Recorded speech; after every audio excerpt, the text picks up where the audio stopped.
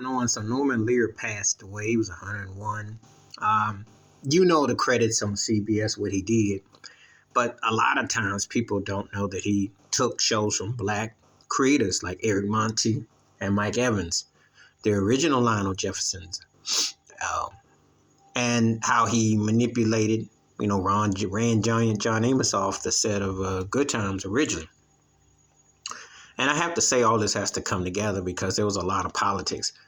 A lot of people don't understand that 50 years ago in America, especially being on TV and black, that was the golden age for black TV shows. And he was one of those guys behind it. But it wasn't all hunky-dory. And, you can remember the life, but you need to tell the truth all the way, too. And it wasn't always 100%, because a lot of times black creators didn't get their due.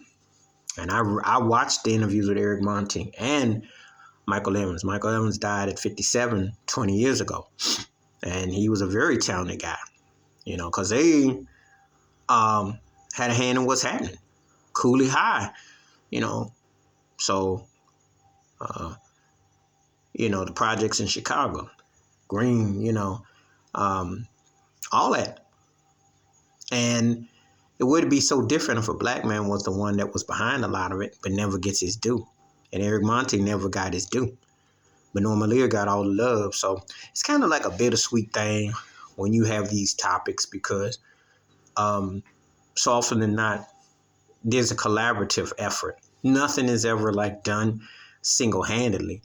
There's always editors, writers, behind the scenes people that have a say to push the star. Well, the creator, So, obviously with Archie Bunker and all the offshoots with Maude, Good Times, the Jeffersons, all that. But, if you're going to talk about it, talk about the whole thing. Yeah, he lived a long time. However, he also benefited from the works of African-American men and African-American cast to do what he did, too. So it's a lot goes on with that, too. So that's how I remember Norman Lear because I had some firsthand knowledge. We had a good family friend on my mother's side of the family that was like an uncle to me. He worked in the industry, and he used to tell me all kinds of stuff about Norman Lear. And it's kind of like the stuff that you always hear about how white guy, Jewish guy gets all the love, gets all the credit, and the poor black folk get in there, and they got to shuffling. Because once Jimmy Walker blew old Kid Dynamite, how people forget that Esther Rose and John Amos were theater-bound actors and actresses. And they forget about Isabel Sanford and Sherman Hemsley.